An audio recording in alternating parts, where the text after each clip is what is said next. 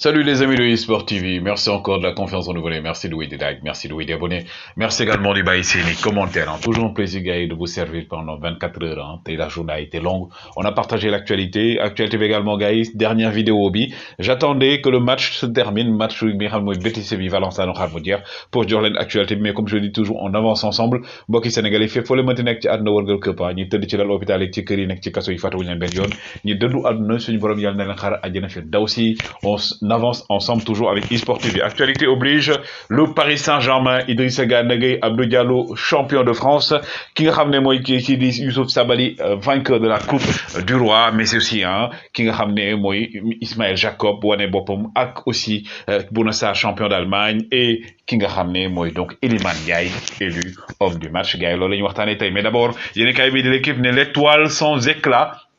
Parce que tey Paris Saint-Germain dafa nul ak ki nga xam ne mooy Lens donc un but partout Lionel Messi moo dugal loolu nañ ci dellu ci kanam mais match boo xam ne aussi supporters yi dañoo boycotté ñoom 75 minutes la ñu génn loolu yëpp dañ ci ay leeral mais d'abord VAR bi les Lions suba la suba mooy jeu concours bi première vidéo bi et comme je l'ai dit encore ñi bëgg changer seen tur di ko def tur ay jigéen yëpp gars yi man je connais les gens yoo xam ne yàgg nañ di participer jigéen yi les sénégalaises les Dieynaba entre autres ñëpp xam ne nañ leen fi donc attention à vouloir faire voilà def yenn yi parce que boo ko defee gars yi dañ lay bloqué malheureusement alors que mënoon nga peut-être beneen jeu daal di gagné d'abord VAR bi ki ngeen gis ni donc de Julian Draxler mi xaar donc son bébé avec sa compagne donc photo baa ngi nii ñu daal di koy def publier wax aussi dañu ngi xaar seeni doom moom mi nga xam ne dafa war a jóge Paris Saint-Germain mais aussi Tyson Fury roi du monde Tyson Fury tey moo gagné White donc par KO moom mi nga xam ne woon ne bii mooy nekk dernier combat de sa carrière donc Tyson Fury champion du monde des poids lourds wane waat na boppam tey jii nii nekk un grand monsieur de la boxe notamment au niveau de poids lourd malheureusement aussi ñu doon supporter Didier Drogba pour mu nekk président de la fédération bu Côte d'Ivoire par rapport li nga xam ne mooy donc football bi foofu noonu malheureusement moom dañ ko éliminé demul sax ci deuxième tour bi donc ki nga xam ne nag moom mooy Yacine Diallo donc Diallo moom la ñu nommé mu nekk président fédération bu Côte d'Ivoire mais bu fekkee ne sax jamono ji dañ koy def ay enquête ci moom dañuy def ci enquête ci moom ak aussi ki nga xam ne mooy challenger numéro 1 dañuy def enquête ci ñoom léegi nag en attendant moom mooy président fédération nag xamaguñu résultat yi nan lay mujjee par rapport ak enquête bi nga xam ne ak tuuma yi xam ne ñu koy teg ci kawam mais le président aujourd'hui de l'Olympique Lyonnais Jean-Michel Aulas nga xam ne depuis plus de 30 ans 35 ans même mi ngi yor équipe bi di Lyon moom actuellement nee na nag fi mu ne nii à un moment donné ak supporters yi comportement bi ñuy am moom parfois sax il a envie d'arrêter te boo moytu bu na ko ne ni il va arrêter parce que moom xamul Olympique Lyonnais bi moom l'équipe Olympique Lyonnais bi mu xam mooy ñoo xam ne supporters yi nekk ci ginnaaw équipe bi mais aussi ki nga xam ne mooy Karl Toko Ekambi moom nag gannaaw bi nga xam ne dafa jote ak supporters yi def na li nga xam ne mooy benn publication mu ne merci à toute l'équipe et aux vrais supporters de l'OL moom nee na képp koo xam ne mooy joueur équipe bi mi ngi lay wax jërëjëf mais aussi ñi nga xam ne gëm na ne ñoo ñooy supporter dëggantaar ñi nga xam ne mooy Olympique Lyonnais José Mourinho ay temps gars yi ba kii di ñëw soog a ñëw Luka Modric di soog a egg si Real de Madrid supporter Real Madrid di critiquer et tout mu leen Luka Modric nañ ko may temps man gëm naa ne fekk benn ay at yi ñu jëm nii ñëpp duñu waatee keneen ku dul Luka Modric et aujourd'hui José Mourinho the special one avait vu vrai gars yi dama leen di fàttali Karim Benzema il est bien mais actuellement le meilleur buteur d'Europe mi ngi nii Robert Lewandowski 801 matchs 581 buts 161 passes décisives kii di Benzema 840 matchs 420 buts 204 passes décisives donc aujourd'hui le meilleur buteur donc mooy Robert Lewandowski donc kii amul morom gars yi Benzema gars yi koy bëgg nag forcément nekk Ballon d'Or il le mérite mais il ne mérite pas pour autant que Robert Lewandowski ak Sadio Mané kii nga xam ne nag mooy Gabriel Jesus bokk na ci 3 joueurs yi nga xam ne ci Manchester City ñoom ñoo mës a dugal 4 buts ci benn match muy Dzeko ak Agüero ak moom mi donc di Gabriel Jesus et meilleur passeur gars yi bu ñu xool stat aussi meilleur passeur ce n'est pas Karim Benzema ce n'est pas X c'est ki nga xam ne mooy Ousmane Dembélé 11 matchs gars yi 9 passes décisives benn passe décisive la rawee ki nga xam ne mooy Lionel Messi donc en ratio de match yi nga xam ne moom la joué 11 matchs rek la joué def 9 passes décisives donc aujourd'hui c'est le meilleur passeur d'Europe des très 5 grands championnats mais aussi meilleur passeur de l'histoire du football ba léegi ñu toll nii Lionel Messi moo am 140 notamment aussi 10 années yi donc Lionel Messi moo am 141 passes Müller 130, Di Maria 129, Suarez 124, Ozil 118, Eriksen 116 ñi ñooy dàq passe gars yi actuellement ci àdduna bi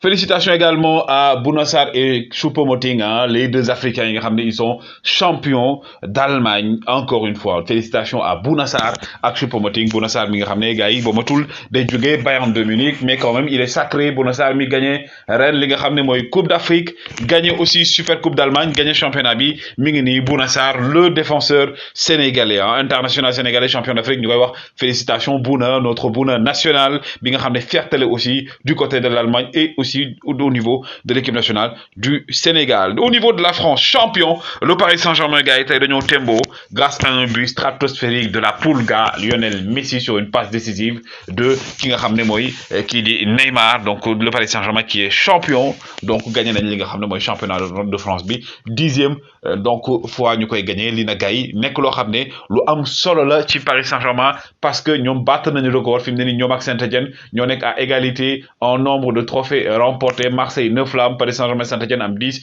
but baa ngi nii le but stratosphérique de Lionel Messi, la Pulga aujourd'hui gars. Donc il a été décisif moom moo jox Paris Saint-Germain sacre bi. Mais aussi félicitations aux deux champions d'Afrique, aux deux nouveaux champions de France également, Idriss Gana Gueye et Abdou Diallo. Idriss Isaac Laurent Ismaël Gueye et aussi Abdou Diallo, le ministre de la Défense de l'équipe nationale du Sénégal. 10e sacre du Paris Saint-Germain, sacre boo xam ne aujourd'hui Kylian Mbappé contribué na ci lu bëri. Kylian Mbappé nga xam ne début de saison bi dañoo day dem Real, finalement demul. Kylian Mbappé en tout cas gars yi